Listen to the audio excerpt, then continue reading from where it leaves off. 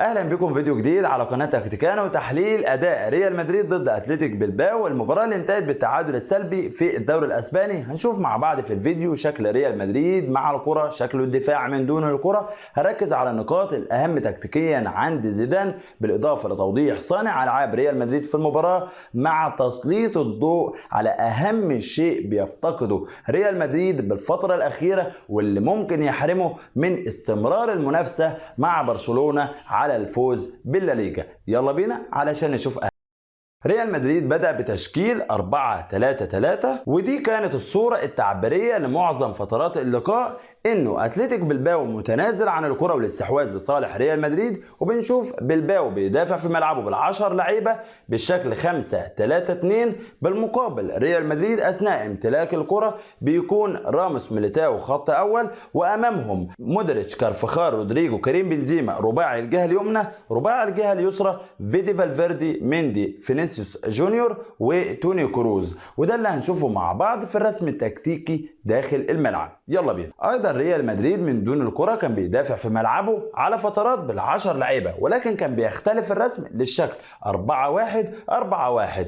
والريال في حال الكرة تواجدت بالقرب من دائرة المنتصف بنشوف الريال بيتقدم بخط دفاعه ويضغط على حامل الكرة، ورقابة خيارات التمرير امامه ال10 لعيبة من الريال مع ال10 من بلباو. وهنا حالة تانية بتوضح نفس الفكرة. وفي حال الريال كان بيهاجم في ملعب بلباو وفقد الكرة بيعمل ايه؟ مش بيرجع للخلف للارتداد، لا، كان بيتم الضغط العكس مباشرة على حامل الكرة وخلق كثافة عددية في منطقة الكرة. ولذلك هنا بنشوف 5 من الريال على 3 من بلباو. بالتالي لاعبي الريال عندهم نسبة اكبر في استرجاع الكرة، بالتالي يوقفوا ويقللوا من الهجمات المرتدة لفريق بلباو. ولذلك الريال كان بيسترجع الكرة بسرعة وبالتالي يستحوذ عليها اكتر بصورة كبيرة جدا في المباراة. والحقيقة دي كانت افضل حاجة ظهر بيها ريال مدريد تكتيكيا ضد اتلتيك بلباو، وهي معروف انه بلباو بيضغط ب6 و7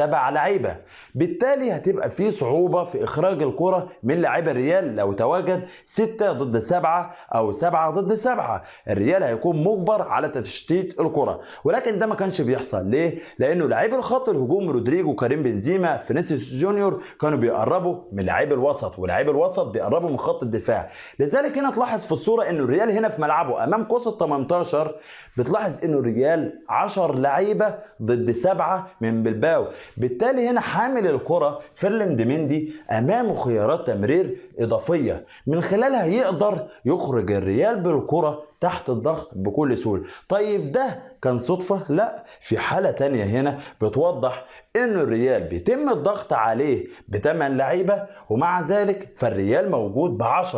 وبالتالي هنا كريم بنزيما حلقة ربط هنا على دايرة المنتصف في ملعب الريال وبيطلب الكرة من سيرجيو راموس علشان يقدر يستلم بنزيما الكرة تحت ضغط، وبعدها يبدأ ينطلق رودريجو في ظهر ظهير بلباو وينطلق فينيسيوس جونيور في ظهر ظهير بلباو. ولذلك فبنزيما كان له دور كبير جدا جدا جدا اثناء الخروج فريق ريال مدريد بالكرة تحت الضغط او في بناء الهجمات او حتى في قيادة زملائه اثناء التحولات الهجومية، لانه بيستلم الكرة بشكل مميز جدا وبيقدر يقف عليها، ولاعب عاقل جدا مع الكرة. هنا ايضا في الشوط الثاني الريال هنا في الجزء الاول من ملعبه 5 من الريال ضد 2 من بلباو، بالتالي الريال ما كانش عنده اي صعوبات اثناء خروج الكرة من الخلف وبناء الهجمات. وهنا 4 حالات توضيحية بتثبت الكلام اللي قلته في بداية الفيديو، انه هيكل الريال مع الكرة بيكون ناتشو او ميليتاو مع راموس خط اول، و4 في الجهة اليمنى كارفخال ومودريتش وكريم بنزيما ورودريجو، 4 في الجهة اليسرى مندي فيدي فالفيردي توني كروز وفينيسيوس جونيور. حالة تانية هنا من الشوط الاول ايضا 4 في الجهة اليمنى 4 في الجهة اليسرى. هنا حالة ثالثة 4 في الجهة اليمنى 4 في الجهة اليسرى. وهنا حالة رابعة بتوضح نفس الفكرة. من وجهة نظر المتواضعة انه الغرض التكتيكي عند زيدان من فكرة انشاء مجموعة في الجهة اليمنى 4 في الجهة اليسرى هو انه لاعبي ريال مدريد اثناء استحواذهم على الكرة يبدأوا يتبادلوا تمريرات في جهة ويعكسوا اللعب في الجهة الثانية اللي هي المعاكسة معاكسه لحركه الخصم الدفاعيه، بمعنى انه هنا لاعبي الريال مستحوذين على الكره في الجهه اليسرى، فلاعبي بلباو هيرحلوا في منطقه الكره. بعدها يعمل ايه توني كروز لما لقي لاعبي بلباو قافلين المساحات في الجهه اليسرى؟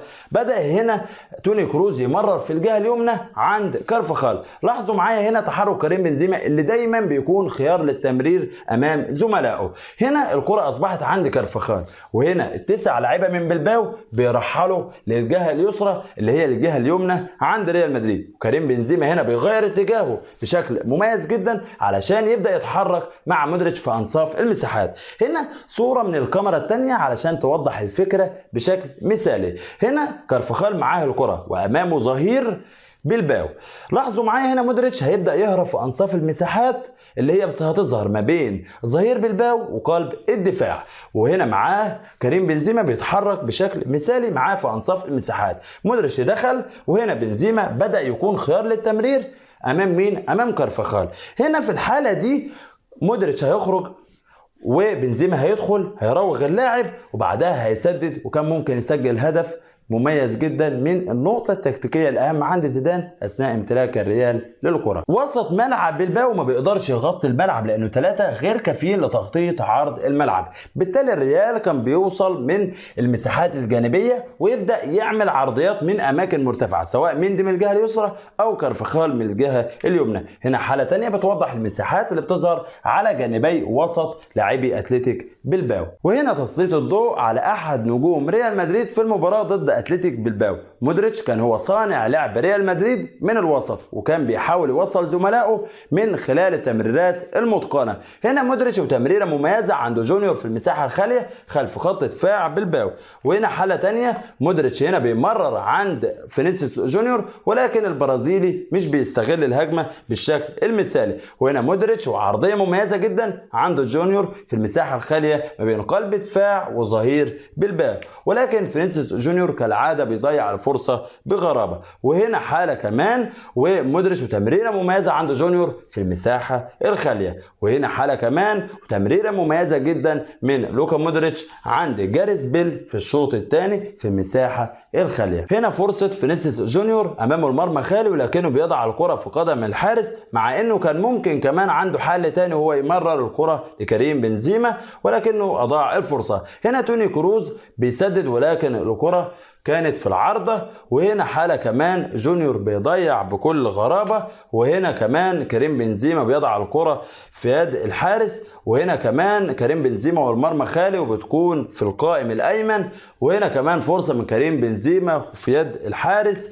وهنا كمان تسديدة من كريم بنزيما لم يوفق فيها والحارس بيتصدى لها بشكل مميز جدا. وهنا في نهاية اللقاء يوفيتش بيواجهه سوء توفيق في الدقيقة 87، كان ممكن يسجل هدف غالي جدا لريال مدريد، ولكن الكرة بتكون في القائم الأيمن زي ما احنا شايفين، وبالتالي الريال بيضيع فوز كان ممكن جدا جدا يتم بسهولة لو كانت الفرص تسجل حتى نصها في الشوط الأول. وبكده أكون وصلت لختام الحلقة. في النهاية لو التحليل عجبك ما تنساش تعمل لايك للفيديو في أي مكان، لقيته على الفيس، لقيته على تويتر، لقيته على اليوتيوب، شاركه كمان مع زملائك، تعمل له ريتويت على تويتر، مشاركة على الفيس، مشاركة على اليوتيوب، تعمل سبسكرايب لقناة تكتيكانو على اليوتيوب علشان توصل لك التحليلات أول بأول. كان معاكم أحمد سيد من قناة تكتيكانو، دمتم في رعاية الله.